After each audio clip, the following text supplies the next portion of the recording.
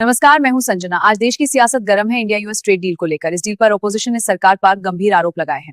राहुल गांधी का कहना है कि अगर बांग्लादेश को 0% टैक्स मिले और इंडिया को 18% टैक्स दिया जाए तो कंपटीशन बिल्कुल असमान हो जाएगा। राहुल गांधी का आरोप है कि अगर भारत यूएस से कॉटन इंपोर्ट करे और अगर इंपोर्ट ना करे तो टेक्सटाइल इंडस्ट्री प्रभावित होगी।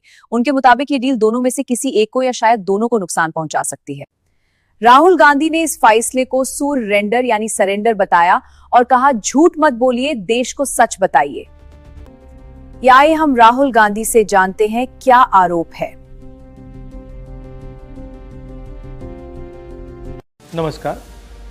हिंदुस्तान का टेक्सटाइल सेक्टर 5 करोड़ परिवारों को रोजगार देता है। नरेंद्र मोदी जी की जो यूएस डील है वो हिंदुस्तान के टेक्सटाइल सेक्टर को खत्म कर देगा, नष्ट कर देगा। ये बात नरेंद्र मोदी जानते हैं और पूरा हिंदुस्तान जानता है। मैंने पार्लियामेंट हाउस में समझाया कि बांग्लादेश को फ्री पास 0% टैक्स और हिंदुस्तान को 18% टैक्स। इसका नतीजा होगा कि बांग्लादेश की टेक्सटाइल इंडस्ट्री हिंदुस्तान की टेक्सटाइल इंडस्ट्री को खत्म कर देगी। Now what have you done?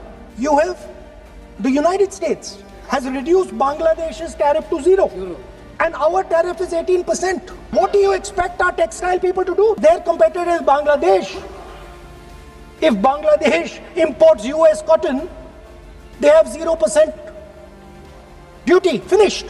Textile industry gone. Narendra Modi ji के एक मंत्री ने बोला कि अगर हम भी यूएस कॉटन इंपोर्ट करेंगे तो हमें भी वो फायदा मिलेगा।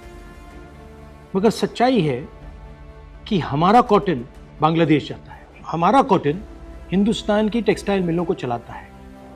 तो अगर हमने बांग्लादेश का रास्ता चुना तो हमारे पूरे के पूरे कपास के किसान और कॉटन की इंडस्ट्री खत्म हो जाएगी, और अगर हमने नहीं चुना तो हमारी टेक्सटाइल की इंडस्ट्री खत्म हो जाएगी। ये सच्चाई है।